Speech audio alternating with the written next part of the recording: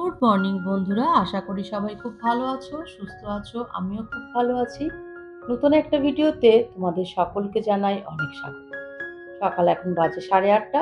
ঘুম থেকে দেরি করে উঠেছি, যেহেতু বাড়িতে নেই, সংসারের কোনো চিন্তা নেই, তাই একটু দেরি করে উঠলাম। তোমরা গতকালকের ভিডিও যদি দেখে থাকো তাহলে জানতে পারবে যে আমি আমার বোনের বাড়িতে চলে এসেছি, তাই একটু দেরি করেই উঠলাম। আর সঙ্গে তোমার মা আছে, তাই কোনো চিন্তা ভাবনাই নেই। রায়ানের দিকে মোবাইলটা নিয়ে দেখাতে যাচ্ছে যে ও ঘুম থেকে উঠে পড়েছে, কিন্তু ওর দাদা এখনো ঘুমাচ্ছে। মানে ও বিশাল বড় কাজ করে ফেলেছে ঘুম থেকে আগে উঠে। এদিকে দেখো, জিজু ঘুমাচ্ছে, সেটাই তোমাদেরকে দেখাতে নিয়ে গেল যে দাদা এখনো ঘুমাচ্ছে। আর আমি তো এখানে বসে আছি। মাও উঠেছে অনেক সকালে, এখন আমাদের জন্য একটু চা বানাবে। আমি আর মা চা খাবো, সেই জন্য ফ্রিজ থেকে দুধ বার করছি, কিন্তু খুঁজেই পাচ্ছে না। আমি যতবার বলছি সামনেই আছে দেখো, কিন্তু দেখতে পাচ্ছি না। যাই হোক, দুধের প্যাকেটটা যে কাটা ছিল সেটা মা জানে না। আমার কাছে নিয়ে আসতে নাড়া দিতেই দুধ পড়ে গেল। বাড়িতে থাকলে তো হাজারো চিন্তা থাকে।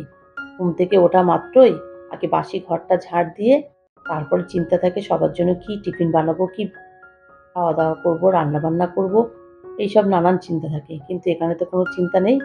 মার হাতের গরম গরম চা সকালবেলা পেয়ে খুবই ভালো লাগছে।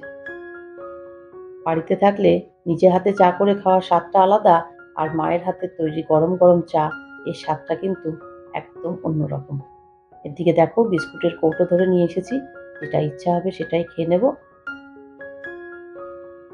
রায়ান ওখানে বসে আছে, রায়ান বিস্কুট খাবে আর আমি আর মা চা খাবো। আসলে কি বলতো, দুদিনের ছুটিতে বাইরে গেছি তো, মনে হয় যেন একদম একটু রিল্যাক্স করে বেড়াই, কিন্তু হয় না। সংসার ছেড়ে আসলেও না সংসারের একটা চিন্তা থেকে যায় যে ওরা কি খাচ্ছে, কি করছে, সবসময় ফোন, কথা, কিভাবে চলছে, কিভাবে রান্না করছে, এগুলো তো থেকেই যায়। মানে বাইরে এসেও ঠিকঠাক মতো শান্তিতে থাকা যায় না। আর এদিকে দেখো, চা খাওয়ার পরে কিছুটা সময় বসেছিলাম, তারপরে চলে এলাম ব্রেকফাস্ট বানাতে। আর এটা কিন্তু বছরের শেষ দিন, মানে 31 ডিসেম্বর। গত বছরের একটা ভিডিও তোমাদেরকে দিলাম, এই তো গত বছর শেষ হলো, তাই যে ভিডিওগুলো রাখা ছিল তাই তোমাদের সামনে নিয়ে চলে এলাম। যেটা বলছিলাম যে আজকে ব্রেকফাস্টের আয়োজন করা হচ্ছে লুচি আর কাবলি ছোলা দিয়ে। লুচিগুলো বেলতে শুরু করেছি। সকালে সকলেই খাবে, আর লিলির হাজব্যান্ডও খেয়ে বেরিয়ে যাবে, তাই একটু তাড়াহুড়োর মধ্যে লুচিগুলো তৈরি করছি। লুচি তৈরি করলাম, কিন্তু ভাজার সময় দেখতে পাবে তোমরা 3 কোনা, কারণ রায়নের জন্য ওই যে 3 কোনা লুচি তো করতেই হয়, সেই জন্যে ওর জন্য কয়েকটা 3 কোনা লুচি করে বাদ বাকিটা সব গোল গোল লুচি তৈরি করছি। আর লুচিগুলো কিন্তু দারুণ ফুলেছে।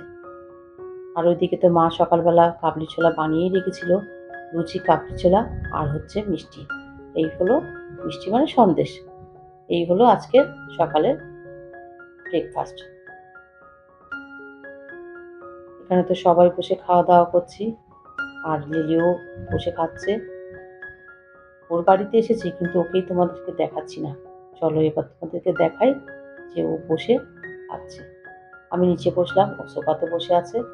সকালের রোদ্দুরটা গায়ে লাগাতে লাগাতে ব্রেকফাস্ট করার মজাটাই কিন্তু আলাদা। শীত যে খুব একটা আছে সেটাও বলবো না, মানে এখানে ঠান্ডা নেই বললেই চলে। হালকা কিছু গায়ে দিলেও চলে, না দিলেও চলে। আর এদিকে দেখো, রায়ানেরটা নিয়ে তোমাদেরকে দেখাতে দেখাতে বসে পড়লো। খাওয়া দাওয়ার পর কিছুটা সময় বসে গল্প গুজব করলাম। এবার চললাম ছাদে। ছাদে কেন যাচ্ছি সেটা তোমাদেরকে পরেই বলছি। আগে চলো ছাদের দরজাটা খুলে ছাদে যাই। আর সকালবেলা তো ওদের ওই মাসি এসে ঘর মুছে দিয়ে জামা কাপড় কেচে দিয়ে চলে গেছে, তাই ছাদ ভর্তি জামা কাপড় আছে।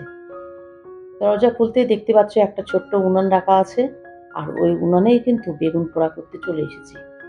বেগুন পুড়িয়ে নিয়ে যাবো নিচে, তারপরে তো দুপুরের রান্না বান্নার আয়োজন করা হবে।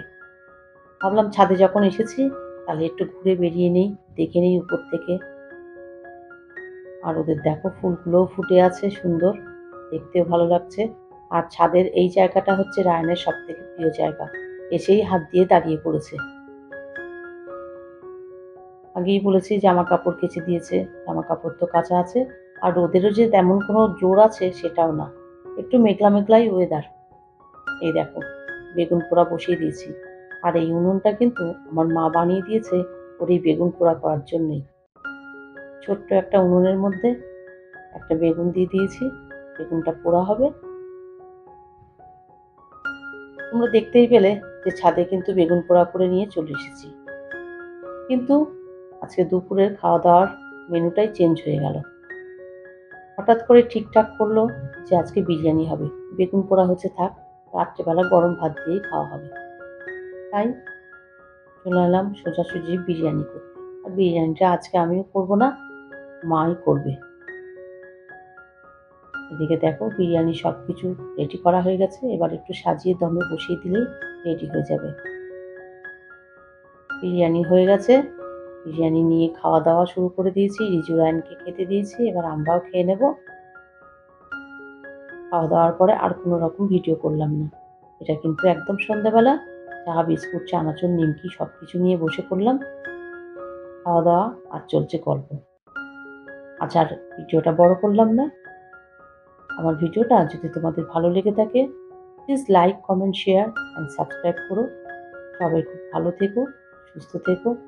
দেখা হবে অন্য কোনো নতুন ভিডিও নিয়ে। টাটা।